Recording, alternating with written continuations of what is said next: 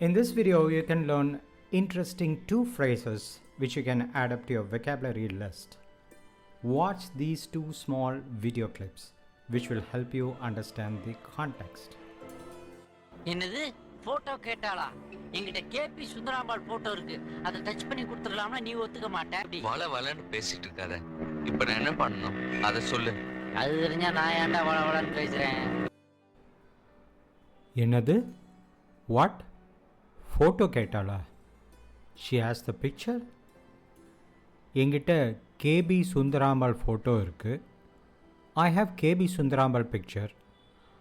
அதை டச் பண்ணி கொடுத்துடலான்னா நீ ஒத்துக்க மாட்ட. You wouldn't agree to give it with some touch up.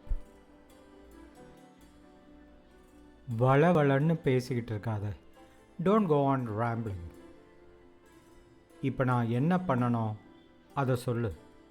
What should I do now? Say that.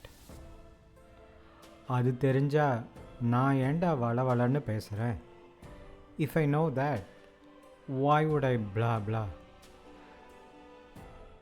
என்னது போட்டோ கேட்டாளா? என்கிட்ட கேபி சுந்தராம்பாள் போட்டோ இருக்கு. அதை டச் பண்ணி கொடுத்துடலாம்னா நீ ஒத்துக்க மாட்டே. வளன்னு பேசிட்டு இருக்காத. இப்போ நான் என்ன பண்ணணும்? அதை சொல்லு. அது தெரிஞ்சா நான் ஏன்டா வளன்னு பேசுறேன்? The second example, சுத்தி வளைச்சு பேச, means to beat around the bush or to talk indirectly. சுத்தி வளைச்சு பேச. மிஸ்டர் நரசிம்மன், எனக்கு எதுவுமே சுத்தி வளைச்சு பேச தெரியாது. I am always on the target.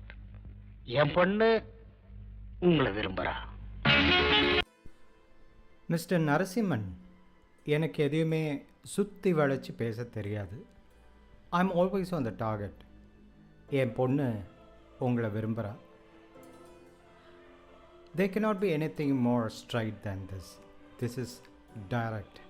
And the purpose of having these short clips for you to enjoy and understand is it makes it all the more easier for you to remember these phrases, especially when you can relate and remember these short clips.